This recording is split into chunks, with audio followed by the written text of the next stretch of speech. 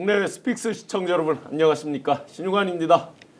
구경 중에 제일 재밌는 구경이 뭘까요? 네, 강 건너 불구경이죠. 지금 그 친위 쿠데타 세력들 또 그 후예들답게 자기들 당내 친위 쿠데타를 벌이고 있습니다. 뭐 연일 쇼 하듯이 만나고 아무런 소득도 없이 돌림노래 중얼거리듯 계속해서 돌림노래처럼, 또는 어떤 분은 그러더라고요. 그 화면을 계속 리플레이한 거냐라고 할 정도로 자기 말만 하고 똑같은 말 계속 반복이 이어지는 그런 강 건너 불구경, 뭐 코미디 빅리그보다 더 재밌다 하고 많은 분들이 아주 재밌어 하십니다. 그런데 결국 그게 대한민국의 불행으로 한쪽 날개가 부러진 날개의 그 민낯을 그대로 보는 거 아닌가 하는 아쉬움도 있습니다. 박사님, 네. 불구경 어떻게 보고 계십니까? 이거 뭐 불구경을 재밌게 본다고 하기는 뭐합니다만, 그러니까 좀 우프다는 생각이 많이 들었어요. 네. 어떻게 저런 식으로 서로가 단일화를 진행을 하지? 그러니까 국민은 눈에 안 보이는 거죠. 지들끼리만 너 22번 얘기했잖아. 22번이나 얘기해놓고 나서 왜 안 하는 거야? 그랬더니 너는 돈 안 냈잖아. 1억 이런 얘기를 하니까 너 못 들었어? 내가 다 들었는데 왜 너는 못 들은 거야? 이런 분위기잖아요. 그러니까 쌍권이 다 얘기했잖아. 너는 후보가 될 수 있는 게 아니라 징검다리야. 그 얘기를 못 들었단 말이야. 했더니 뭐? 내가 당이야? 누구한테? 그러니까 제가 볼 때 이 얘기를 들으면 저기 봉숭아학당 개그 프로를 보는 것 같다는 느낌이 드는. 그러니까 이 사람들은, 국민은, 자기 지지층은 아예 안중에도 없는 이런 사람들이구나.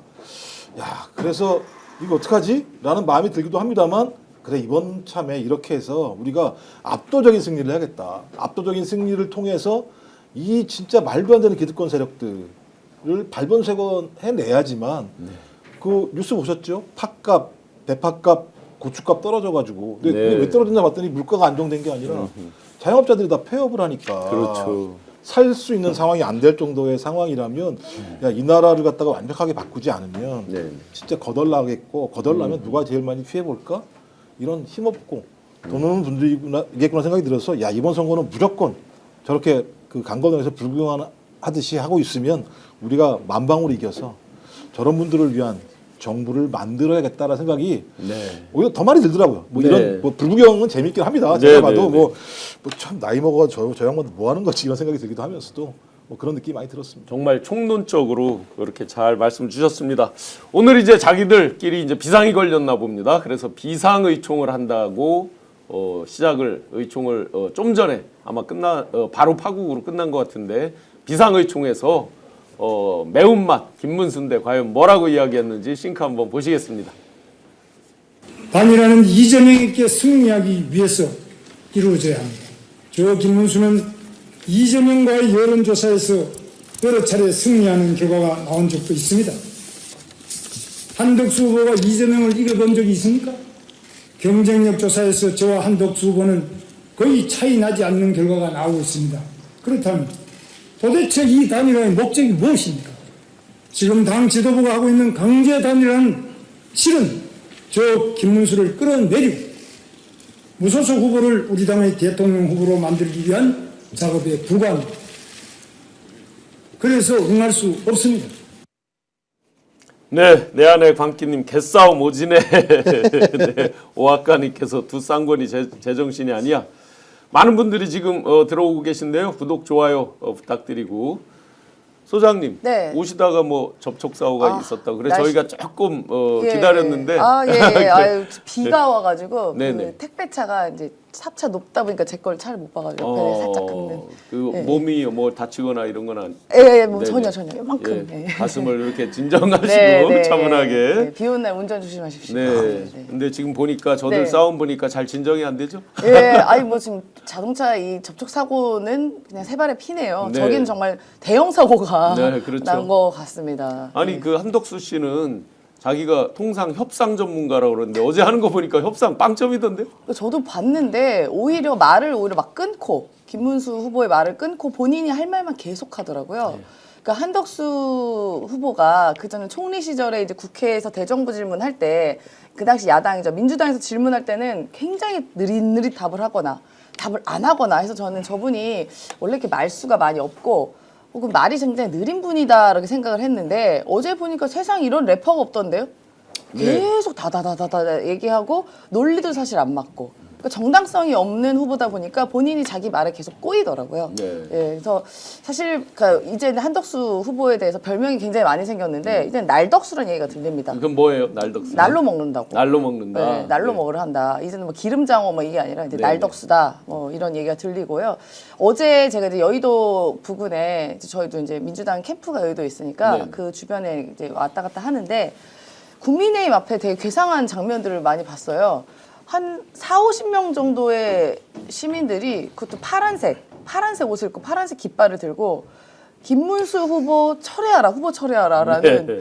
그런 공당의 후보인 그 당에 가서 그 후보를 철회하라는 그런 그 집회를 어제 밤늦게까지 하더라고요. 야. 예, 근데 그래서 왜 파란색이에요? 그러니까 저도 기분이 나쁘더라고요. 파란색은 일부러 민주당- 그러는 왜 거야? 민주당 저 김문수를 옷을- 민주당 위해서 저러는 거야. 네. 네. 그래서 파란색 옷을 입고 해서 굉장히 재밌는 장면을 또 봤습니다. 네. 그 윤석열 보고 1시간 얘기하면 59분 얘기한다고 그랬잖아요. 네, 네. 그 월요일마다 윤석열, 한덕수 둘이서 이제 국정 현안을 놓고 네. 뭐 조찬회의 비슷한 걸 하는데 어제 그 모습을 보고 재밌었을 것 같지 않아요? 둘이서 서로 자기 할 말만 응? 윤석열하고 한덕수가 계속 그랬을 거 아니에요? 예, 59분 서로 이야기하려고 했었는데 근데 한덕수의 아시잖아요. 한덕수 스타일이 네네. 그때그때마다 처세가 달라지는 센 사람 앞에서는 또 약자가 되지 않습니까? 그러면 이제 어제는 자기가 세다고 생각했나 그런가 보네. 봐요. 네. 엄청 제압하더라고요. 제가 또 억눌린 울분을 갖다가 네. 그러니까 윤석열 앞에서 59분 내내 듣고 있었다가 이제는 자기가 금묵자학처럼 나도 할 얘기 할 거야라고 얘기했고 아마 윤석열처럼 하면 된다고 생각했을 거예요. 네. 내가 막 얘기하면 김문수가 그런가? 라고 얘기하는데 그래요? 좋습니다. 끝냅시다. 그러고 나가버리잖아요. 제가 볼 때는 너랑은 얘기할 거 없어. 예. 시간은 내 편이야. 근데 네가 어디 와서 나한테 고개를 숙이면서 뭘 해달라고 얘기해도 안 될 판에 갑자기 언론인들 나와 계시는 게 예의가 아닌 것 같습니다. 자, 이 시간이 많이 됐으니까 이제 그만하시죠. 이랬더니 좋습니다. 이거 나가버리잖아요. 서로 또 포옹을 해요. 네. 어색한 포옹. 네. 행복님께서 생방인가요? 네, 생방 맞습니다. 댓글 많이 부탁드리고요. 빵끝님께서 한덕수 조급해. 구독, 좋아요, 알림 설정. 주변에 또 많이 전파 부탁드리고요. JW님은 김종욱 박사인가 본데요. 잘한다. 딱 그렇게 써주셨습니다. 문수영 화이팅. 김경환님 많은 분들이 요새 이런 댓글이 많아요. 네. 내가 살다 김문수를 다 응원하다니 하는 댓글이 많아요. 저도 제가 김문수 후보를 응원하게 된 날이 올 줄 몰랐습니다. 그러니까 네. 뭐 심정적으로 응원하는 게 아니라 어쨌든 공당의 후보잖아요. 그러니까 108명의 의원을 갖고 있는 공당, 그래도 이제 제2당인데 네. 이 당의 후보가 어쨌든 경선이란 절차, 비용도 들이고 시간도 들이고 욕도 먹고 하면서 절차를 거쳐서 선정된 후보입니다. 그런데 어떻게 지도부가 나서서 당 후보 보고 내려와라, 뭐해라, 이 알량한 후보라느니 뭐 단식 투쟁을 하는 그런 개상망측한 모습을 봤을 때 아니 이게 과연 정상적인 당인가? 그리고 김덕수는 자꾸 너무 헷갈리네요. 한문수. 한문수, 김덕수 이제 막 헷갈리는데 김문수 후보도 자기는 억울하죠. 왜냐하면 황우영 그 당시에 선관위원장 명의로 딱 찍힌 당선증을 받았단 말입니다. 경선 예, 후보로서. 그렇죠. 그럼 당연히 이분이 정통성이 있는 사람인 것이죠. 그런데 저 사람이 날로 와서 돈도 안 들이죠. 시간도 안 들이죠. 뭐 토론을 한번 해봤습니까? 소위 말하면 한동훈 같은 사람한테 탈탈 털려봤습니까? 욕을 먹었습니까? 그냥 너무나도 온전하게 그냥 부인 점괘만 믿고 온 사람 아니에요. 그러니까 그런 사람한테 자기가 어쨌든 희생했던, 어떻게 노력했던 그 대가를 주고 싶지는 않겠죠. 당연히 저 사람이라면 그렇지 않겠어요. 네, 그래서 지금 이 한복판에 홍준표 전 대구시장이 두 놈이라고 표현한 사람이 있습니다. 아마 이분들일 걸로 추정이 되는데 그 중에 한 사람 의총에서 과연 뭐라고 얘기했는지 한번 보시겠습니다. 권영세. 내용은 솔직히 대단히 실망스럽습니다. 우리 의원들께서 기대하신 내용과는 완전히 동떨어졌다고 생각을 합니다. 긴 말씀은 안 드리겠습니다. 지도자라면 그리고 더 큰 지도자가 되려는 사람이라면 자기 자신을 버릴 줄도 알아야 됩니다. 긴 말씀 안 드리겠습니다. 이걸로 마치겠습니다. 지도자라면 자기 자신을 버릴 줄 알아야 된다. 아니, 상식적으로. 자기부터 버려야 되는 거 아니에요? 그러니까 본인도 버리겠다는 얘기를 했는데 단일 안 되면 근데 아니 자기 자신을 버릴 줄 알아야 된다고 얘기하면 그건 꼭 김윤수여야만 하는 겁니까? 그렇죠. 한덕수는 자기를 버릴 줄 몰라야 되는 겁니까? 그러네요. 그리고 국민의힘에서 뽑힌 분이 누굽니까? 김문수 아닙니까? 네. 아, 사람이 팔이 안으로 굽어지는 거 아니에요? 저 사람들 밖으로 굽어지나? 네. 아니 무조건 굽어지니까 제가 볼 때 이건 뭐냐면 내 스스로 기획했어 이미. 우리는 한덕수야. 답을 내려놨어. 우리 한덕수를 만들려고 했고 너는 그냥 거기에 그냥 중간쯤에 뛰어가지고 역할놀이만 잘 하면 되는데 네가 왜 그러는 거야라고 얘기하는 상황이라면 저는 국민의힘의 어떤 지도부는 공당 의식도 없고 애당 의식도 없고 오로지 어떤 형태로든지 대선 후보를 잘 활용해서 내 당권만 유지할 수 있으면 돼라고 하는 사고밖에 안 가지고 있다면 네. 저는 당의 생활을 하지 말아야 될 사람이기 때문에 저는 11일자부로 그만뒀으면 좋겠어요. 저런 사람이 당을 네, 네. 맡고 있으면 저 당에 있는 당원들이 자기의 권리와 의무, 아니 권리를 제대로 누릴 수 있겠습니까? 저는 그런 의미에서 잘 됐다. 이 판에 네. 제가 볼 땐 본질이 다 드러났다. 그러니까 1차적으로는 기득권과 보수 파시쇼 법적 카르텔의 본질이 드러났고 네, 네. 2차적으로는 국민의힘 지도부의 본질이 드러났다. 여기는 싹 갈아엎지 않으면 제가 볼 때는 보수는 설당이 없다. DNA가 확실히 드러나는 것 같아요. 인원을 끌어내라, 요원을 끌어내라 뭐 하는데 그 닭도 아니고 후보를 끌어내라, 제지 후보를 아니 그 닭도 아니고 1분 만에 또 인원이라는 얘기 네, 자기 입으로 하잖아요. 실제로는. 네, 해오름님 저 감사드립니다. 신용환 교수님을 국회로 아이, 감사합니다. 청주분이라고 그러시네. 네. 끌어내리다 내리다 이제 자기네가 야. 그야말로 그 틀내에서는 합법적으로 뽑은 거죠. 그렇죠. 그 후보를 지금 끌어내린다. 아, 그런데 이제 그 한덕수 내란대행이 더 재밌습니다. 당에다 일임한다라고 하니까 김문수가 내가 당무선권이 있다. 내가 당이다. 네.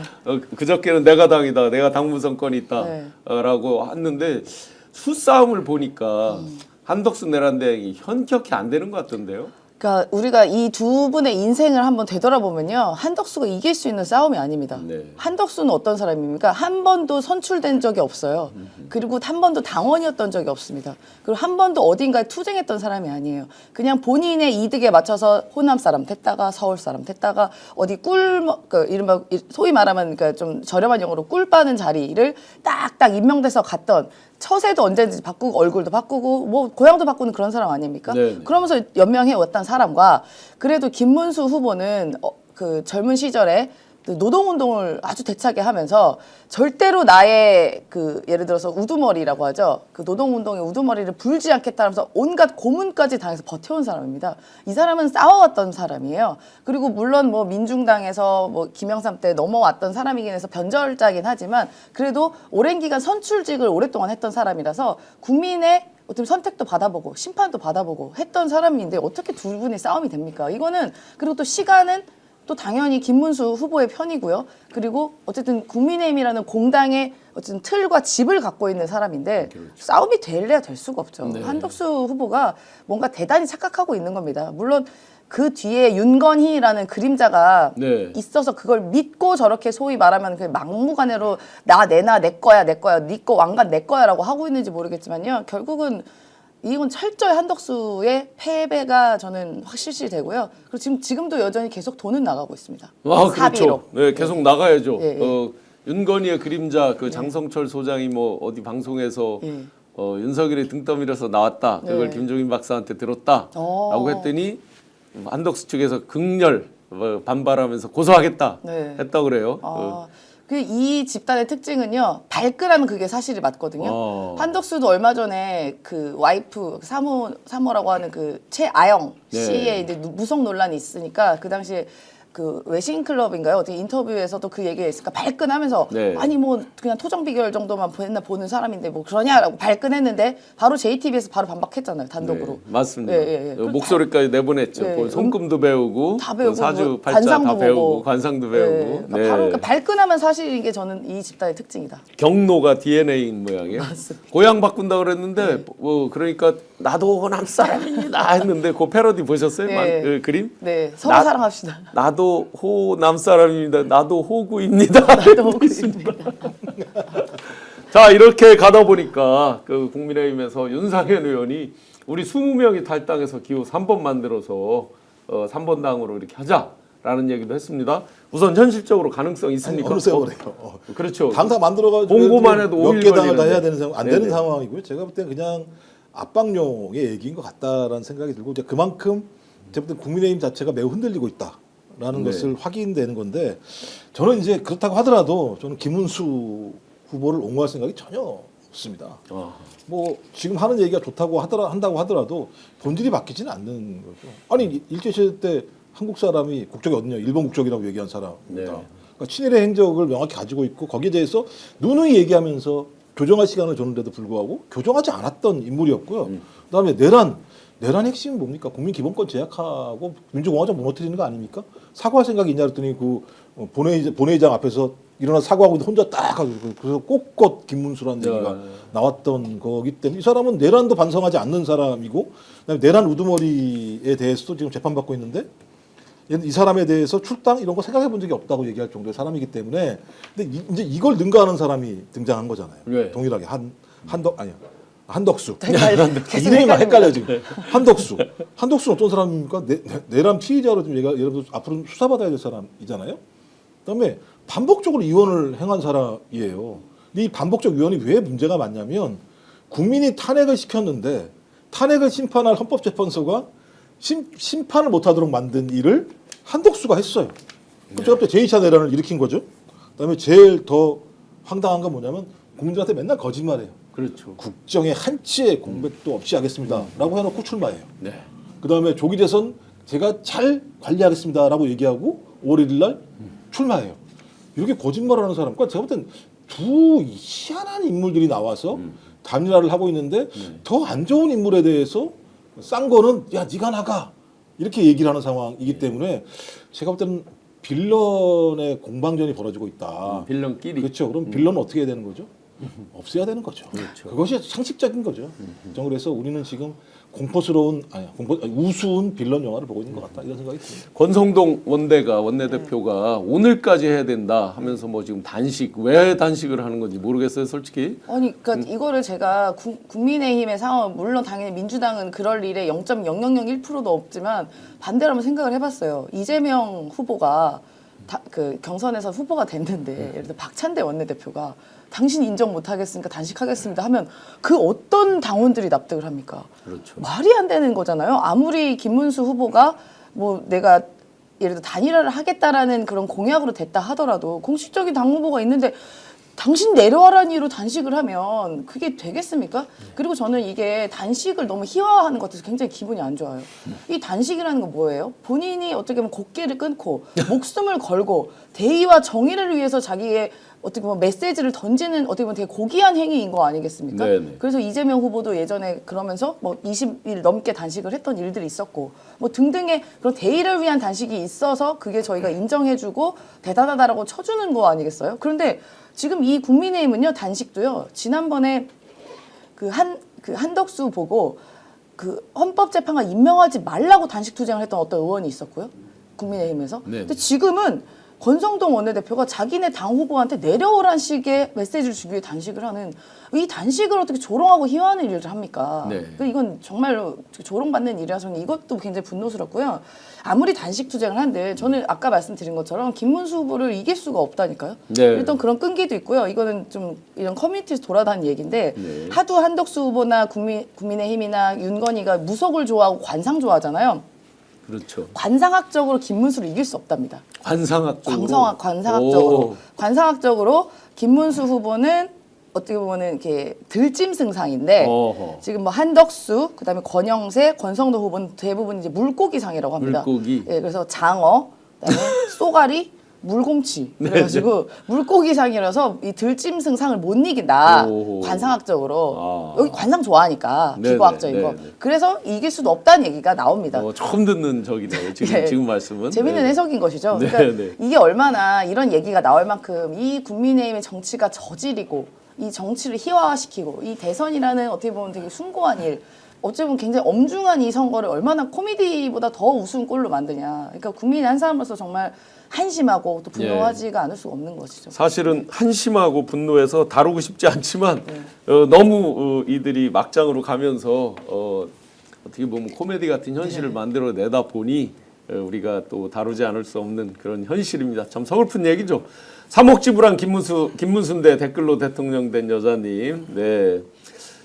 그 김문수 뒤에 전광훈입니다. 진짜 위험한 사람입니다. 본질을 잊지 마세요. 사라프로님, 문수는 전광훈이 모셔다 선대위원장 시켜야 당선이다. 청중님, 실제로 이렇게 뒤에 전광훈이 있다라는 얘기가 많이 나오고 아침에 이제 보니까 주진우 기자가 전광훈 목사한테 확인하니까 자기가 있는 건 맞다. 뭐 이런 식으로 또 적극 얘기를 하나 봐요. 아니 그 김문수 후보가 그 당에 있었잖아요. 그렇죠. 초대 당 대표를 그 했죠. 당에 거기서. 있다가 나와가지고 저 국무위원 노동부 장관 하고 난 다음에 예, 다시 일로 들어온 거지 않습니까? 네. 그다음에 이 김문수 후보뿐만 아니라요. 김재원 전 최고위원을 보면 알 수 있죠. 네. 김재원 전 최고위원이 어떤 사람이었습니까? 가서 고개 숙였잖아요. 정광훈한테 고개 딱 숙이면서 그러니까 고개 왜 숙여? 정치인이 누구한테 가서 고개 숙일 때는 그 사람은 뭐가 있는 거다? 표가 있는 거예요. 표가 있으니까 고개를 숙이지 표가 없는데 그렇죠, 고개를 그렇죠. 숙이겠습니까?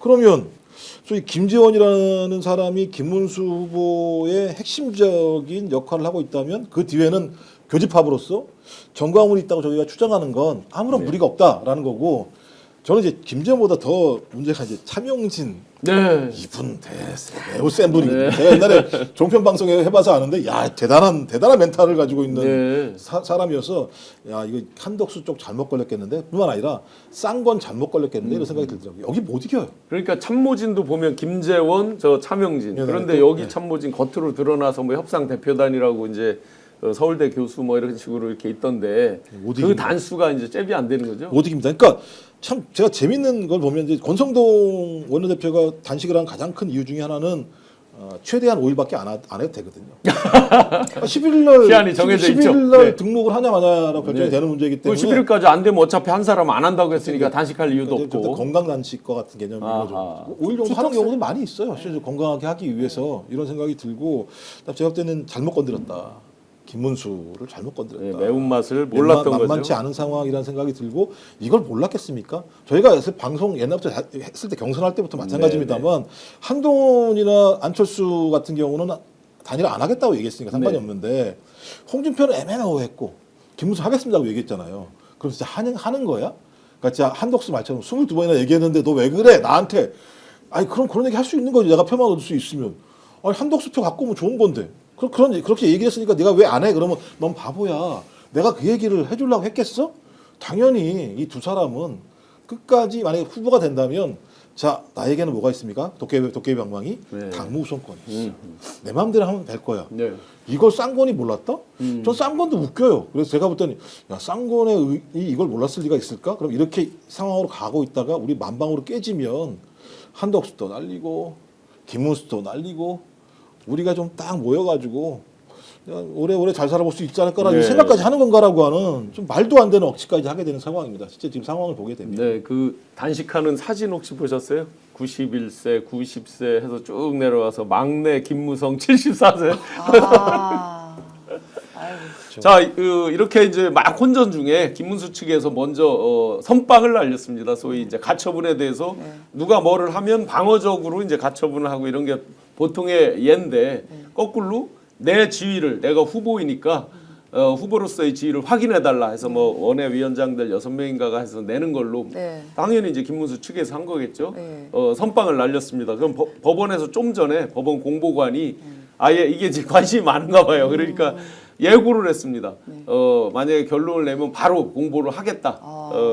그 내용에 대해서 사람 이름만 가리고 다 오픈을 하겠다라고 좀 전에 이제 공지를 했어요. 그 얘기는 아마 오늘 내일쯤에 이제 나올 수도 있다 뭐 이런 느낌이죠. 그렇죠. 그래도 내일부터 또 토요일이고 일요일이니까 또 이제 공무원들은 또 휴일을 지켜야 되는 것들이 있잖아요. 그래서 아마 오늘 중에도 결론 나올 수도 있을 것 같습니다. 네, 가처분이니까. 그렇죠. 금방 나오는 거니까요. 그러니까 제가 볼 땐 김문수 후보가 그런 준비를 아예 만반의 준비를 다 해놓은 것 같아요. 만반의 준비를. 그 가처분에서 자기가 어쨌든 전당대회를 거쳐서 후보가 된 거잖아요. 그렇죠. 그럼 가처분에서 기각될 사유는 거의 없는 거 아니에요? 없죠. 그리고 아예 공지가 된 거잖아요. 그리고 그 그 위원장, 선거관리위원장부터 도장까지 받아서 후보인 게 증빙이 완전히 됐는데. 근데 뭐 당 대표 네. 직인을 뭐 안 찍어서 뭐 아직 뭐 저 무효다 뭐 이런 식으로 쌍권이 주장한 거 아닌가요? 아, 예. 그런 경우는 그 옛날에 옥새 들고 나르세 막 이런 것도 생각이 나는 것 같은데요. 뭐 법에 저희가 이런 걸로 이제 법 전문가까지 얘기를 드리는 건 좀 웃기는 얘기긴 하지만 그래도 권영세가 그렇게 한다 한들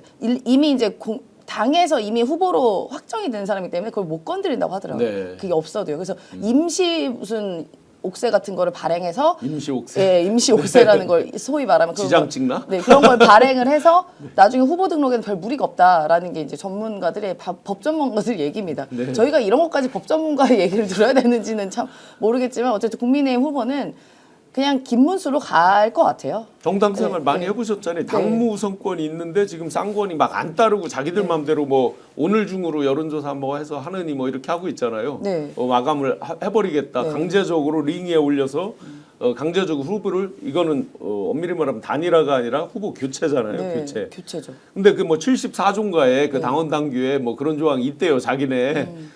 과연 그러면 당무 우선권에 우선해서 그게 가능한가요? 아닙니다. 예. 그러니까 일단 지금 대선 체제가 되면은 선대위 중심으로 가게 되거든요. 그러니까 민주당도 그 전에 있었던 뭐 박찬대 원내대표 대행과 최고위원들이 있잖아요. 그건 이제 잠시 없어지는 겁니다. 그래서 무조건 후보 중심의 선대위 체제로 가서 박찬대 원내대표도 상임 선대위원장이 되는 것이고 그 위에 뭐 전현희 최고위원이나 김민석 최고위원들도 그 선대위원장 밑으로 내려가게 되는 거예요. 그러니까 선대위 중심이 철저하게. 국민의힘도 다르지 않거든요. 네. 김문수 후보를 중심으로 선대위 체제로 가서 그 임명권도 전부 다 후보에게 있습니다. 대통령 네. 후보에게. 그래서 당연히 그 중심으로 가는 거고 그렇죠. 대통령 후보가 권성동, 권영세 선대위 넣기 싫다 그러면 당신들 저쪽 가. 너네 여기 참여하지 마 하면 네, 끝나는 거예요. 그렇죠. 예. 박노철님 감사드립니다. 내란 6개월을 슬기롭게 극복하고 60% 압도적인 승리로 감동의 민주정부 수립하자. 2만 분 넘게 지금 시청하고 계신데요. 감사드리고 도토리 키재기라는 말이 여기저기 많이 이렇게 회자가 되고 있습니다.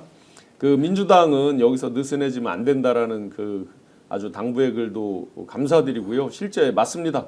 그리고 민주당의 정책이나 이런 것들 또 지금 이재명 후보 전국 투어, 경청 투어 하고 있는 거 이런 것들이 가려지지 않게 다 같이 늘 관심 갖고 함께 봐주시면 좋겠습니다.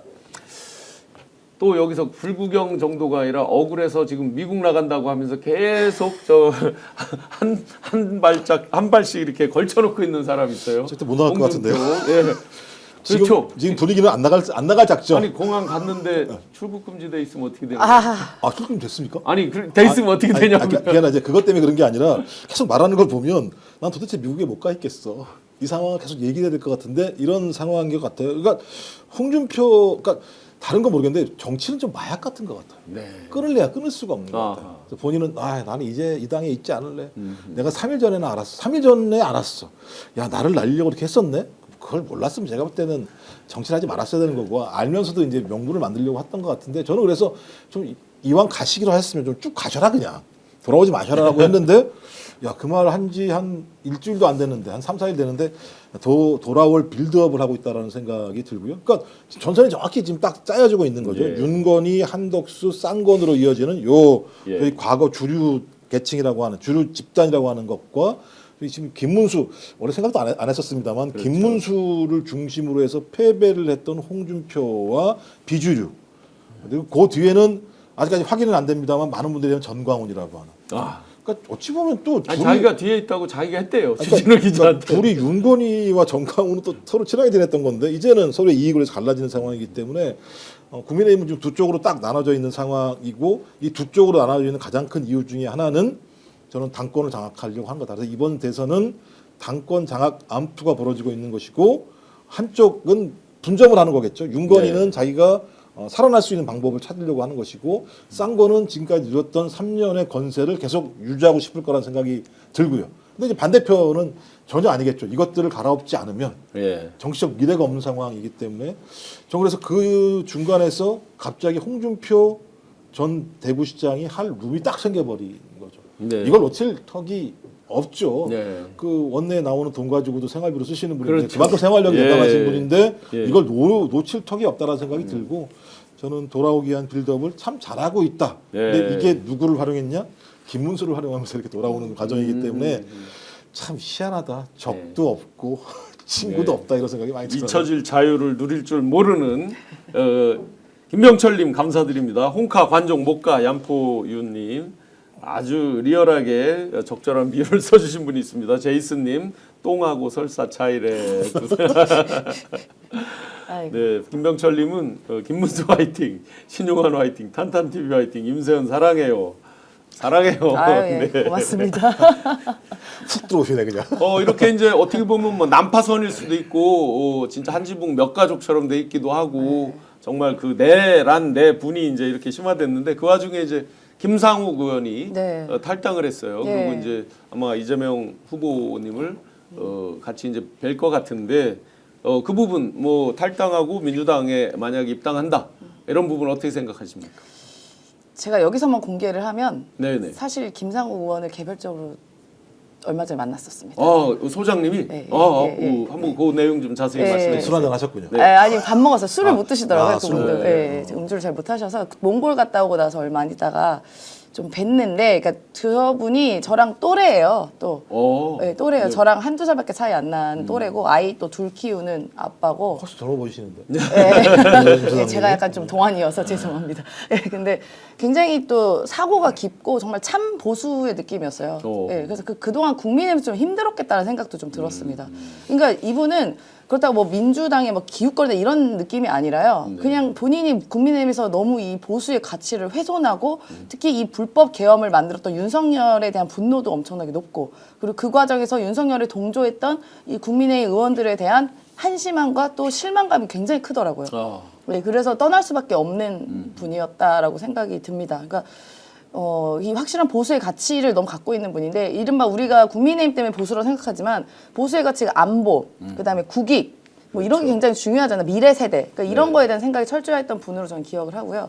그 자리에서 제가 너무 민감한 사안이라서 탈당하냐, 뭐 미치더거나 이런 얘기는 안 물었는데 탈당에 대한 느낌은 확실히 들었었고요. 그 만나실 당시에? 네, 당시에 그렇게 들었었고, 그리고 그 민주당에 대해서도 뭐 일부 뭐 이렇게 완전히 뭐 우호적이었다기보다는 그냥 민주당에서도 바른 분들 많고 이렇게 젊고 생각이 바른 분들 많다는 것에 굉장히 공감을 했다라고 생각이 들어서 좋은 기회 있으면 저는 이런 분들도 네네. 충분히 민주당에서 흡수해서 좀 지변을 넓히는 것에 넓히는데 충분히 저는 큰 역할을 할 수도 있을 거라고 생각합니다. 네. 예, 대선 때는 사실 무슨 일이 일어날지도 몰라요. 그럼요. 사실 뭐 정규제, 그 보수 농객이라던가, 네. 조갑제 농객이라던가, 김진희 이런 분들도 지금 이재명 대표에 대해서 굉장히 높게 평가하고 민주당을 좋게 생각하는데, 이런데 뭐 김상욱 의원 같이 예를 들어 계엄에 반대하고 탄핵에 찬성했던 분마저 배척한다면 사실 민주당이 저변 넓히는 좀 어렵지 않을까. 그렇죠. 예, 그런 생각이 들었습니다. 뭐 저도 비슷하게 생각하는데 더군다나 이제 상대적으로 열세에 있는 부울경 지역의 어쨌든 의원이잖아요. 현역 의원이고. 부산이니까요.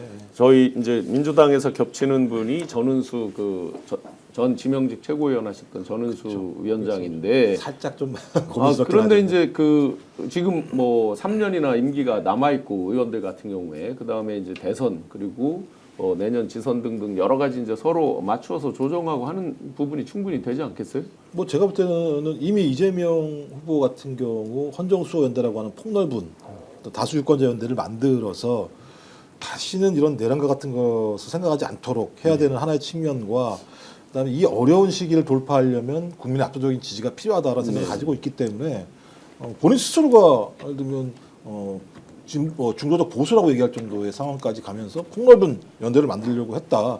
그래서 그리고 또 어젠가요?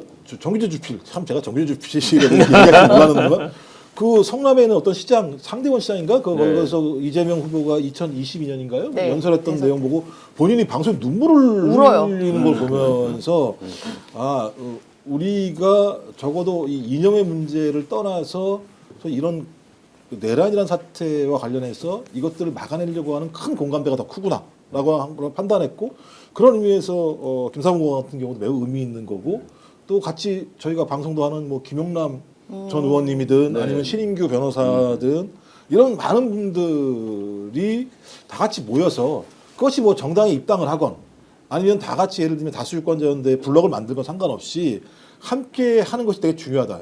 이런 게 있어야 서로 이해할 수 있고요. 서로 이해해야 이념적인 갈등 같은 경우도 축소할 수 있는 거잖아요. 그렇죠. 우리가 오래 만난 친구면 막 뭐라고 얘기해도 알았어. 너 옛날에 그렇게 얘기했으니까 내가 너 인정할게라고 할 수 있는 측면이 있기 때문에 저는 우리 사회가 한 단계 업그레이드 될 수 있는 네.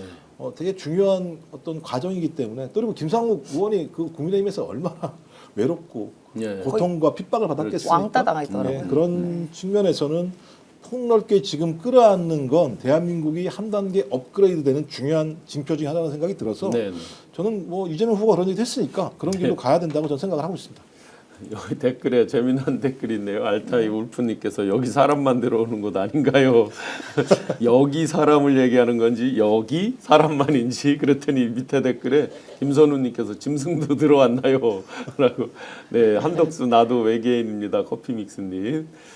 네, 그 소장님 그 당내에서 이렇게 지금 한 방향으로 어떤 목소리가 민주당의 지금의 모습처럼 한 방향으로 이렇게 합치된 적이 과연 기존에 있었나요? 없었어요. 없었죠. 제가 지금 13년째 당원인데 네. 항상 소위 말하면 지금 뭐 저 정도까지는 아니지만 항상 아내 내분의 싸움이 있었어요. 네. 집안 싸움이라고 하죠. 그런 일이 늘 있었는데요. 저는 이게 어떻게 보면은 윤석열을 겪기도 하고 또 이재명 당시 대표가 윤석열에게 정치적인 보복과 너무나도 심각한 그 구속, 뭐 수사 이런 것들 당하면서 뭔가 이렇게 합치가 된 것 같아요. 네, 뭔가 일치 단결됐다는 느낌이 듭니다. 왜냐하면 그 과정을 이렇게 묵묵히 어떤 버텨내면서 당원들이 하나가 됐거든요. 네. 아, 이건 우리가 민주당을 지켜야 된다. 그래야지 윤석열과 싸울 수 있다. 그리고 민주당을 지키기 위해서는 우리의 정당성을 갖고 있는 대표를 지켜야 된다라는 목소리가 하나가 돼서 당원들이 사실 지난 총선 때 다 잘라내서 다 컷오프 시켰어요. 예. 만약에 약간의 뭐 다른 목소리를 낼 것 같거나 아니면 당을 분란시킬 것 같은 분들을 그냥 당원들이 누가 시키지도 않았는데 그렇죠. 적극적으로 당원 가입을 하고 적극적으로 경선에 참여해서 그런 분들을 다 소위 말하면 날려버렸습니다. 예. 그래서 정말 일치 단결해서 윤석열과 치열하게 싸우는 정당으로 만들어냈고 결국은 그렇게 해서 윤석열이 파면에 잃었고 또 계엄까지 해지했던 그런 원동력이 된 것 같다. 지금의 모습도 이 선대위가요. 단 하나의 흐트러짐이 없습니다. 네네. 예, 저희가 지난주 목요일에 대법원에서 파기환송 나왔을 때도 흔들릴 법한데요. 전혀 흔들림이 없이 정말 그대로 뚜벅뚜벅 우리의 대선 시기에 맞춰 뚜벅뚜벅 갔던 것을 봤을 때 정말 하나된 민주당을 저는 느낄 수 있었고 정말 집권을 할 수 있는 정말 충분한 기틀을 갖췄다. 아래로부터의 혁명이었었죠 기존에. 그래서 12일 날 이제 공식 선거 개시 네. 할 때 첫 출발을 빛의 혁명 광화문. 광화문에서 출발을 한다고 합니다. 굉장히 의미가 크죠. 예, 그렇죠. 지금 경청 투어 하는 것도 저는 굉장히 좋아 보이더라고요. 왜냐하면 기존에는 막 집중 유세라고 해서 전국 각 거점별로 뭐 큰 도시에서 왕창 사람 뭐 이렇게 몰듯이 하고 뭐 이런 게 대부분이었잖아요. 네. 그 일방적이잖아요. 어떻게 보면. 근데 이제 경청 투어로 일일이 말씀도 듣고 또 어떤 비전도 제시하고 하면서 쌍방향 소통하는 이런 게 굉장히 좋은 것 같아요. 예, 예. 그렇죠. 그리고 이제 대선 후보를 만나기가 가까이서 보기가 쉽지가 않잖아요. 쉽지 않죠, 사실은. 쉽지 않은데 어쨌든 시장 곳곳에 다니고 시민들 있는 곳에 가서 어쨌든 소통하고 뭐 아주 가까이는 가지 못할지언정 그 목소리를 듣고 뭐 얘기를 듣고 우리가 소리를 내면 들을 수 있는 그런 거리에 있는 것 자체가 저는 그것만으로도 굉장히 힐링이 되지 않을까. 이번에 어느 싶습니다. 지역은요, 그 DJ 이후에 뭐 DJ가 70몇 년에 처음 대선 출마했을 때 그 이후로 처음 대선 후보가 왔다고 맞아요. 뉴스에 그렇게 나오더라고요. 50몇 년 만에 처음 맞아요. 왔다고. 네. 그럴 정도로 구석구석 잘 목소리를 경청하고 있는 것 같습니다. 여기에 지금 이제 국힘 똥줄 탔는데 국힘 이상으로 똥줄 탄 사람과 집단이 있죠. 전국 법관회의가 드디어 저희가 이제 방송하면서 평판사회 이런 거는 주장 안 하냐 내부에서 했는데 희대의 그 조희대 파문을 겪으면서 지금 조희대가 똥줄을 탔고 그 집단 법원도 지금 뭐 똥줄이 탄 입장인 것 같습니다. 전국 법관회의 그러니까 5분의 1 이상이 돼야 된다고 얘기하는 거니까 이 법관 중에 적어도 20% 이상 같은 경우는 이 사태를 매우 엄중하게 보고 있다라고 하는 건 이게 왜 엄중하냐면 삼권 분립 원칙이라고 하는 게 입법, 행정, 사법이라는 거 아니겠습니까? 네. 제가 볼 때 입법만 지금 유일하게 살아있는 것이고 행정은 독재자에 의해서 완전히 지금 무너진 상황인데 그나마 국민들이 이 사법 행정 같은 경우는 그래도 객관적이지 않겠어라고 생각했는데 이게 완전히 무너져 버린 거거든요. 네. 그럼 삼권 중에 두 축이 무너지는 상황입니다. 특히 판사들 입장에서는 자기들의 신뢰가 무너지게 되면 이 법 방망이로 아무리 두드려봤자 국민들이 그 판결을 신뢰할 수 없는 상황이거든요. 전 그래서 한번 민주당에서도 일단 알았어. 특검을 일단 유보할게.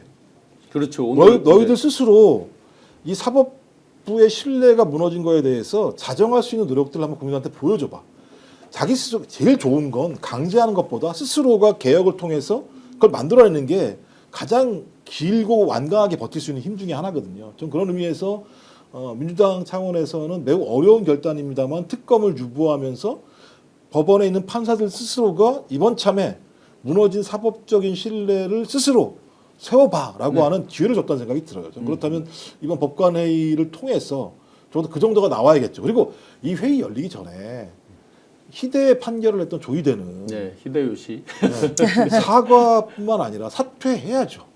사법부를 붕괴시킨 자가 여전히 그 자리에 앉아 있으면 법관회의를 한다고 하더라도 국민들이 그걸 신뢰할 수 있겠습니까? 그렇죠. 저는 이번 참에 무너진 행정권, 무너진 사법권을 세울 수 있는 과정을 강제력을 통해서 해야 되기도 하겠습니다만 스스로 자정할 수 있는 기회를 줄 필요도 있다는 측면에서 좀 지켜보겠습니다. 지켜보서 네. 안 하면 제가 볼 때 다 때려박고 다 해야죠. 모든 걸 다. 특검이건 뭐건 다 해야 된다고 생각을 합니다. 네, 특검이든 뭐든 다 해야 된다. 14일 날 청문회는 그대로 네. 합니다.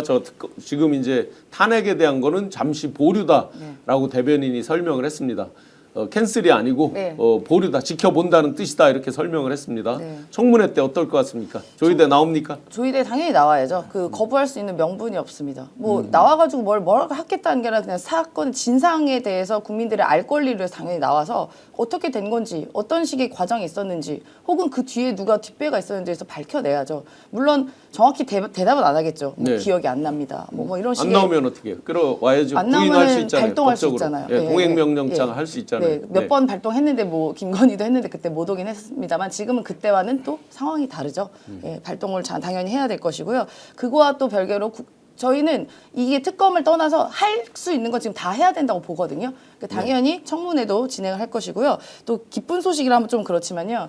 저희가 민생경제연구소와 검사 모임이 네. 지난주 토요일에 그 조희대를 공수처에 고발했거든요. 네, 맞아요. 공수처 예. 그 4분가에 배당됐죠. 네, 바로 배당됐습니다. 네. 오늘 이제 저희가 통보받았는데요. 2025 공제 290호에서 수사 4부에 배당이 됐고 여기 배당한 검사가 차정현 부장검사입니다. 네. 이분에 대한 백그라운드를 말씀드리면 그 윤석열 체포 당시에 그 검사가 찾아가고 뒤에 경찰들과 같이 가잖아요. 예, 예. 거기 가서 경호처 직원들을 막 혼쭐을 냈던 검사가 어허. 있습니다. 그 영상이 나와요. 예. 바로 그분입니다. 오. 굉장히 강단 있으신 분이거든요. 네. 근데 이분한테 배당된 게 많다고 해요. 많다고 해서 굉장히 바쁘다고는 하는데 아마 좀 신속하게 수사나 이런 부분을 처리하지 않을까. 빨리 네. 신속하게 로그인 기록 가서 체크해야 되겠네요. 해야죠. 서버 네. 체크하고 네. 조희대 핸드폰을 보면 야 내가 알아서 할 테니까 다 그냥 이름만 빌려줘. 이름만 올려. 이런 거 혹시라도 있는지 당연하죠. 얼른 찾아봐야 되겠네요. 네, 얼른 네. 찾아봐야죠. 또 김건희처럼 핸드폰 바꾸기 전에 빨리 가서 핸드폰 압수수색하고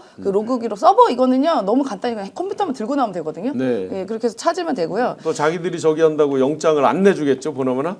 뭐 이제는 시민들과 우리 국민들이 더 이상 용서하지 않을 겁니다. 네. 당연히 그때 100만 명이 이틀 만에 서명한 거 보면 이 법원도 사법부도 매우 깜짝 놀랐을 것이고요. 그래서 허튼짓 못하도록 우리 여론이 끊임없이 감시하고 우리가 찾아보고 계속 관심을 주는 것이 전 또 그것도 중요한 하나의 편대다라고 봅니다. 네. 그리고 조희대 수사가 왜 중요하냐면 우리가 의문이 있잖아요. 한덕수는 왜 나오지? 조희대는 왜 저렇게 판결을 내렸지? 네. 저런 판결들을 자기 스스로 판단했을까? 그렇죠. 그 뭔가 배경이 있을 거 아니야? 근데 저희가 추정하는 건 윤건이 아니야? 이렇게 추정하는 거 아니겠습니까? 그러면 윤건이의 이게 추정이 사실이라면 윤건이의 오더를 받아서 모든 법들을 어기면서까지 소위 제1야당 지금은 이제 제1당의 대선 후보를 아예 삭제하려고 했던 음모를 꾸미는 과정에서 사법부의 최고의 수장이라고 얘기하는 대법원장까지도 거기에 끌려 들어갔다라고 하는 건 저는 국기문란을 넘어서서 소위 헌정체제가 무너지는 거나 마찬가지 상황이라는 생각이 들어요. 그러면 이걸 발본색원하지 않는다면 언제라도 이런 기획을 할 수 있는 건데 지금 나오는 증거만으로도 제가 볼 때는 매우 많은 증거들이 나왔다는 생각이 듭니다. 아까 뭐 로고 기록 말씀하셨습니다. 로고 기록은 제가 볼 때는 그냥 세 발에 피 같은 것 같고요. 이미 기획을 해서 그래서 뭐 지금 얘기 나오는 거는 이미 배당되기 전부터도 이재명 후보를 날리기 위한 준비가 된 거 아니냐 사법 차원에서 이런 얘기가 나오는 상황이기 때문에 저는 이건 분명히 오도가 있을 것이고 연관고리가 있을 것이다. 그러면 이 삼각편대인 거죠. 윤건이 한쪽에 한덕수, 또 한쪽에는 조의대라고 하는 이 삼각편대를 움직이는 이 기득권 세력들이 숨어서 지들끼리 다 해먹었는데 이거 쑥 뒤로 올려야죠. 네. 국민들이 보게 만들어서 자, 이런 거야. 이런 실체야.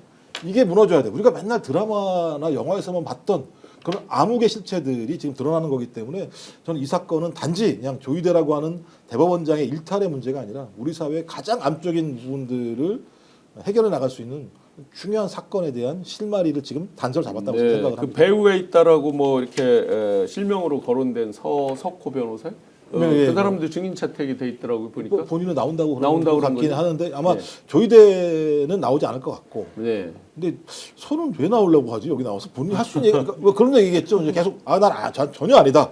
예. 라고 이제 입을 딱 떼려고 나오는 것 같긴 합니다만 왜냐하면 본인의 개인적인 선택이 아니라면 판단이 아니라면 뒤에 누가 있을 건데 그 뒤에는 뭐 저 두 가지 아니겠습니까? 권력이 있거나 네. 아니면 김현장이 있거나. 그 회사 김현장 홈피에서도 사라졌다고 해요. 퇴사시켰고 그만뒀더라고요. 그만 바로 그만뒀나요? 네. 두게 그만두게 된 건지. 됐나요? 네. 둘 중에 하나겠죠. 그만두거나 그만두게 두게 됐거나. 된 건지 뭐 모르겠습니다만 뭐 저는 뭐 이분은 별 의미 없는 얘기를 할 것 같아서 별로 중요한 거 아닌 것 같고요. 결국은 조의대의 하겠죠. 입이 네. 제일 중요하겠죠. 네, 그럼 조의대 안 나오면 그 법원 행정처장, 네. 예, 그 사람만 또 또 불려오나요? 디립다 저기가 되나요? 대리인으로? 아, 또 AI처럼 이야기하시던데 그분은 또. 네, 거의 뭐 진짜 반복적으로 똑같은 얘기를 하더라고요. 네. 그래서 이렇게 이제 조의대도 무너졌잖아요. 그러니까 그에 따라서 아바타처럼 그대로 실행했던 걸로 보여지는 지기현 네. 갑자기 이제 또 태도를 돌변해서 지하로 그리고 가죽 소파에 졸기 좋게 구석에 했던 지기현도 태세를 전환했습니다. 급전환. 네. 그래서 이제 문으로 앞에 이제 포토라인이 세워진다. 어떤 장면이 펼쳐질 것 같습니까? 그 이제 와서 이제 잠깐 포토라인 앞에 쓰게 하는 건데요. 뭐 저는 이게 큰 의미가 있는지 모르겠습니다. 이미 지기현 판사가 맡고 있는 여러 형사 재판, 내란 관련 형사 재판도 대부분이 기자도 못 들어가고 일반 시민도 못 들어가고 계속 지금 졸속으로 그러니까 안에서 밀당으로 행해지고 있거든요. 이거는 재판이 아니라 그렇게 비공개 재판을 하게 된 것은 밀담인 것이죠. 어떻게 그게 재판입니까? 거기서 무슨 얘기가 나왔는지, 증인에 대해서 무슨 얘기를 하는지 그걸 어찌합니까? 그러니까 이건 그냥 눈 가리고 아웅인 것이고 지금 그 여론, 그러니까 우리 시민들이 사법부에 대한 불신과 여러 가지 분노에 대한 여론을 아뜨거한 것 정도로밖에 보여지지가 않아요.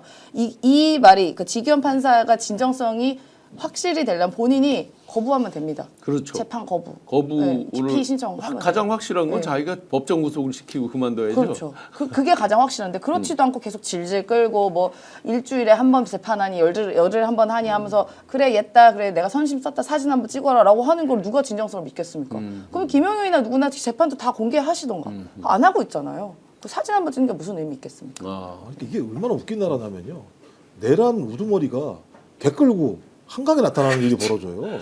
개판으로 나라를 아까 만들어. 예를 들면 상상도 안 되는 일을 벌인 건데 그 상상도 안 되는 일을 지기현 판사라는 일개 판사 한 명이 그렇게 내보냈고 내보냈더니 또 심우정 검찰총장은 아싸 잘했다고 하지 풀어주면 자중할 줄 알아야 되는데 개 끌고 나와가지고 나 여기 잘 살고 있어 이렇게 얘기하는 나라. 그러면 국민들이 사법행정에 대해서 신뢰할 수 있겠습니까? 사법권위라고 하는 것이 존재할 수가 없는 상황이고 해외에서도 좀 이상한 나라네. 내란 우두머리가 개 끌고 나와가지고 한강에서 산책하고 있어? 그 나라가 아니죠 제가 볼 때. 그건 민주주의라고 얘기할 수 없는 거죠. 근데 이걸 계속 지켜보고 있으면서 그냥 그래도 사진은 찍을 수 있잖아라고 얘기하는 게 비상식적이죠. 제가 볼 때. 그건 나라 아니죠. 저는 그 개도요 보시면은 그 큰 개잖아요. 그 네. 토리로 알고 있는데요. 다른 게요. 다른 게요? 네, 아 네. 개가 많아서 그렇구나. 네, 네. 저는 그 토리인 줄 알았습니다. 토리 옛날에 아니에요? 개 사과 때 그 토리인 줄 알았어요. 네, 네. 그래서 국민을 일부러 조롱하려고 데리고 왔나 했는데 뭐 그게 아니라면 뭐 하도 개가 많아가지고 저는 그렇게 그러니까 시민들 앞에서 돌아다니잖아요. 윤석열이요. 그거 굉장히 본인의 안전에도 굉장히 안 좋거든요. 본인의 일부러 유도하는 거 아니? 그 의혹을 위해서도 뭐 돌멩이라도 던지던가 하면 네. 본인의 진짜 안위위해서도 좀 좋지 않기 때문에 정말 안전한 곳 있지 않습니까? 그곳으로 빨리 가장 가시면 안전한 되는데. 곳, 밥 새끼 주고 네, 가장 안전한 경호도 곳이었어요. 서주고 네. 가장 안전한 곳. 본인도 그랬잖아요. 자기 인생에서 그때 굉장히 뭐 좋았던 시절이었다는 식으로도 얘기하니까 그 좋았던 시절 빨리 가시면 어떨까? 그렇죠. 예. 성경책도 열심히 네, 읽었다고 하고 읽고. 거기에서 네, 정말 나라를 개판으로 ICH님 개판이다. 네. 아, 개들이 화내시입니다. 아, 그러면 또 걔는 개가 얼마나 맞아요, 귀여운데요. 맞아요. 예, 말복 박말복님께서 개판이다. 지기현 탄핵해야 김옥형님. 맘 놓으면 안 돼. 전부 윤석열과 다 짬짬한 것들. 파나메라님. 정말 지기현 그리고 윤석열 이름만 나와도 많은 분들이 정말 흥분하고 화가 나고 그 공부는 당분간 우리가 가라앉지 않을 것 같습니다. 정말 많은 분들께서 양아치 도로 집어넣으라 꼴보기 싫다 흘러흘러님. 개는 욕하지 마세요. 동물이 무슨 잘못이 있습니까? SK 맞아요. 개가 잘못이 아니죠. 아니 이 강아지는요 우리 인간하고 가장 오랫동안 살아왔던 동물 중에 하나입니다. 그래서 인간을 가장 잘 이해를 해요. 예. 그러니까 제가 볼 때는 그 강아지가 윤석열과 김건희를 만난 게 참 불행이라고 저는 생각을 해야 되는 거예요. 공감력이 하나도 없을 거 아니에요. 그렇죠. 근데 어떻게 사람한테는 공감을 못하면서 강아지한테 공감하는 것처럼 하는 아니요. 거죠? 그 두 사람은 나 이해가 안 되는데. 그게? 걔한테도 공감 못하는 게 자기들 키우는 개한테만 그러는 거거든요. 아. 윤석열이 옛날에 그랬어요. 식용개는 따로 있다고. 예, 본인이 예, 그런 예, 말을 예, 예. 했어요. 먹는 게 안 먹는 게 따로 있다는 식으로 오. 이야기를 한 적이 있습니다. 오. 그러니까 그렇게 강아지가 동물 사랑하면 그런 말을 조차 하면 안 되는 거죠. 아. 예. 이렇게 이제 그야말로 개판을 만들고 활보를 하고 하는 사이에 또 공분을 사는 뉴스가 하나 있더라고요. 김학의. 뭐 1억인가요? 그뭐 1억 몇천을 뭐 1억 3천. 1억 3천을 받게 됐다면서요? 예. 그러니까 저는 이제 법 기술자들이 그런 거거든요. 예. 아, 많은 국민들이 저게 김학의가 아니야? 그게 말이 돼? 내가 봐도 김학의인데? 라고 했는데 지 식구 감싸려고 끝까지 예를 들면 그 무죄를 만들어냈던 게 소위 검찰이잖아요. 따지고 네네. 검찰이. 그러면 자기가 김학의가 봐도 김학의잖아요. 그렇죠. 그렇지 않겠습니까? 예. 그럼 무죄가 났더라도 자기가 거기에 대해서 그런 걸 저 같으면 못해요 그렇게. 근데 법 기술자들은 그러니까 법이라고 하는 건 소위 정의라고 하는 것들, 그러니까 국민들이 만들어 놓은 입법을 가지고 국민들이 준 권한에 의해서 법을 해석을 해서 국민들이 생각하는 정의를 세우는 역할들을 해야 되는데 네. 이 자들은 그 법을 가지고 이익을 얻으려고 하는 일을 반복적으로 해왔고 이게 DNA가 돼서 그렇게 사는 게 상식이라고 생각하고 그렇게 못 사는 사람들을 바보라고 생각하는 거예요. 네. 못 배워서 그렇다고 생각하는 자들이거든요. 제가 볼 때는 안 줄 수가 없잖아요. 문제는. 법에는 또 그게 뭐 그 감옥에 있던 날수 계산해서 주는 거 아니에요, 그게? 그러니까 자기가 봐도 자기가 김학의가 그 김학일 텐데 예. 그 돈을 받는 이런 사태를 보면 진짜 화가 나서 뭐라고 말을 하지? 이거 뭔 이런 우리가 세월 지나서 조금 잊어먹었는데 윤중천 씨 사건이라고 있었습니다. 과거 그게 이제 그 집에서 뭐 같이 놀면서 뭐 노래방 시설도 있고 뭐 하는 데서 노래 부르는 장면이었잖아요. 그게. 별장 별장. 예, 별장 예. 가서 별장. 별장 네, 가서 네. 예. 여성 안고 있었던 장면 아닌가요? 그것도 있었고, 네. 근데 약간 뭐 이제 옛날 카메라니까 흐릿하다 뭐 해서 이제 누군지 판별이 안 된다. 바이든 날리면 뭘로 정확히 판별할 수 없다. 다 법기술자들이 장난치는 아주 그 전통적인 그들이 늘상 하는 짓. 이제 새로운 대한민국, 진짜 대한민국에서는 정말 보고 싶지 않아요. 맞습니다. 저는 그래서 김학의 사건이 생각이 났었을 때가 언제냐면 김건희 씨가 디올백 받았을 때 장면 있잖아요. 네. 그때 저는 뭘 예상했냐면 저거는 김건희가 아니다라고 얘기할 줄 알았습니다. 아하. 근데 다행히 그러진 않았더라고요. 다만 그 받은 게 뇌물은 아니다. 이렇게만 결론을 냈지만 그러니까 그 정도 그 영상을 예. 김건희가 아니라고 하기에는 화장지에 침 가래침을 막 28분 동안 4번 뺐습니다. 네, 거기선 안 나오는데 저는 봤거든요. 네, 비공개 자료로. 네. 하여튼 그런 걸 봤을 때 이들은 양심도 없고 그냥 뭐 얼굴도 너무 뻔뻔하고요. 내 얼굴이 내가 아니라고 하는 사람들이고 내가 받은 백이 내가 아니라고 하는데 뭐 어쩌겠습니까. 네. 이제 결론은 이런 것들도 다 뿌리 깊게 남아있는 이런 기득권 카르텔도 이제 뿌리를 뽑아야 되는 것이 다음 정권의 역할이라서 아마 할 일이 너무 막중하게 많을 것 같다는 생각이 듭니다. 건진이 잃어버렸다는 그 백도 정확히 간 것 같아요. 현재 지금 많이 추적이 됐어요. 갔겠죠. 네, 많이 추적이 좁혀졌어요. 네. 어디로 갔겠어요 그게. 아마 윤석열이 내일 좀 그렇지 않을까요? 그 사진에 나온 한강에 나온 그 윤석열은 내가 아니야. 그 옆에 있는 걔도 무슨 걔인지 잘 모르겠는데 사진을 왜 그따위로 찍나? 네. 예를 들면 사진 찍은 놈이 잘못이야 이렇게 얘기하지 않을까 생각이 들고요. 제가 볼 때는 지금까지 김건희가 살아온 삶을 보면 권력을 가지고 돈과 계속 바꿔놨던 사람들이잖아요. 그럼 그 생리를 잘 알면 어떻게 하시겠습니까? 그에게 선물 뇌물을 주겠죠. 뇌물을 줘서 그 뇌물보다 더 많은 것들을 얻으려고 하겠죠. 근데 6천만 원짜리를 자기가 잊어버렸다고요? 그리고 그냥 퉁치고 둥둥치고 넘어가게 내버려 뒀겠습니까? 그러니까 저는 그런 거짓말을 해도 반복적으로 넘어가니까 그렇게 하는 거예요. 김학의가 아니라고 얘기하니까 넘어가니까.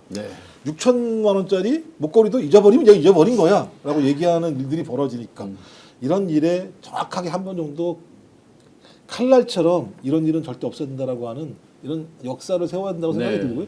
아마 그런 역사가 앞으로 한 달도 채 안 남은 것 같다는 생각이 들기도 합니다. 칼날처럼 한번 쓸기 위해서 그 지금 장경태 의원이 네. 우리 법관 15에서 30명 처음에 얘기했었잖아요. 민주당이 지금 발의한 게 100명입니다. 100명까지 늘릴 수 있게. 네. 물론 이제 100명을 채운다가 아니라 100명 이내로 한다 뭐 이런 식으로 이제 하겠죠. 그 내용은 뭐 아직 정확히는 못 봤는데 100명까지 한다는 법을 발의를 했습니다. 그러면 이제 그동안 뭐 자기들 맨날 업무가 과중하다면서요. 대법관들이. 엄청 많이 배당돼 있다고 하더라고요. 네. 그러니까 화끈하게 100명으로 아예 임명을 하죠 뭐. 정말 우리나라 경제 수준과 인구에 맞춰서 다른 나라를 보면 우리가 10분의 1 정도밖에 안 됩니다. 대법관 네. 숫자가. 그러니까 10배 정도 늘려도 돼요. 그럼 사실은. 140명으로 아예. 네, 네. 그들이 원하는 대로 많이 늘려주고 화끈하게 개혁할 때 개혁하는 걸로 그렇게 하면 좋겠네요. 네. 마무리 말씀 부탁드리겠습니다. 뭐 제가 볼 때는 그러니까 참 맨날 큰 얘기인데 야, 국민이 이긴다. 국민이 만든 헌법이 이긴다. 이런 얘기들을 저희가 계속 말을 했었고 대한민국은 민주공화국이고 모든 권력은 국민으로부터 나온다. 이런 노래를 불렀을 때 그 노래와 현실이 맞지 않아서 많은 분들이 매우 힘들어하시고 어려워하시고 고통받으셨는데 어쩌면 오히려 내란을 겪으면서 우리 헌법 정신, 국민이 만든 헌법 정신이 하나하나 지켜지고 있고 그 헌법이 무너질 때마다 국민들이 나서서 말씀하신 것처럼 이틀 만에 100만 명이 모여서 노고 기록 공개하라고 얘기하는 것처럼 그래서 국민이 무엇인지를 우리 국민들이 알아간다라는 생각이 들기 때문에 큰 자신감들을 얻은 것 같다는 생각이 들고요. 앞으로도 이런 힘이 있다면 소위 기득권 세력들이 준동하지 않을 수 있는 세상을 만들 수 있는 길들도 더 가까이 다가왔다는 생각이 들어서 여러분 참 고생 많이 하셨습니다만 그 고생이 헛되지는 않는 것 같다 이런 생각이 듭니다. 김학의에 대한 무죄 판사가 천대엽 씨라고 그 건행먼님께서 댓글 달아주셨습니다. 네, 우리가 이렇게 사법 카르텔 또 기득권 카르텔 한덕수 내란대행 등등이 아무런 죄책감도 없이 대선에 도전하겠다고 나와서 또 자기를 후보로 시켜달라고 교체해달라고 생떼를 쓰는 이런 모습들 보면서 정말 한심한 슬픈 대한민국의 민낯들을 매일매일 보았습니다. 그 민낯들을 보고 생기는 울분, 공분들을 우리는 긍정의 에너지, 압도적인 지지로 이 내란 세력들, 친위 쿠데타 세력들을 한 방에 정리할 수 있도록 힘을, 정말 표를 압도적으로 몰아줘야 될 것 같습니다. 지금 이 시각 2시에 제 고향 충북에서도 제가 스픽스에서 약속드렸던 대로 이재명 후보 1만 명 지지 선언 지금 기자회견이 열리고 있습니다. 제가 방송 때문에 오늘 못 갔는데 그 주최하시는 분들이 기자회견을 지금 하고 있습니다. 실제로 뜻이 금방 모아졌고 그것은 압도적인 힘으로 이 내란 세력을 척결하고 진짜 대한민국을 꼭 만들어달라라고 하는 많은 분들의 염원이 담긴 것 같습니다. 각자 생활 주변에서 주변 분들께 많이 지지를 이끌어내고 정말 압도적으로 새로운 대한민국의 새로운 대한 국민으로 살 수 있도록 함께해 주시면 좋겠습니다. 오늘은 그 공분의 대상 그동안 우리 윤석열 아웃을 많이 외쳤는데 조이대 아웃으로 마무리하겠습니다. 조이대 아웃! 오늘 방송 어떠셨습니까? 마음에 들었다면 구독, 좋아요로 스픽스를 응원해 주십시오. 여러분들의 구독, 좋아요는 가장 큰 힘이 됩니다.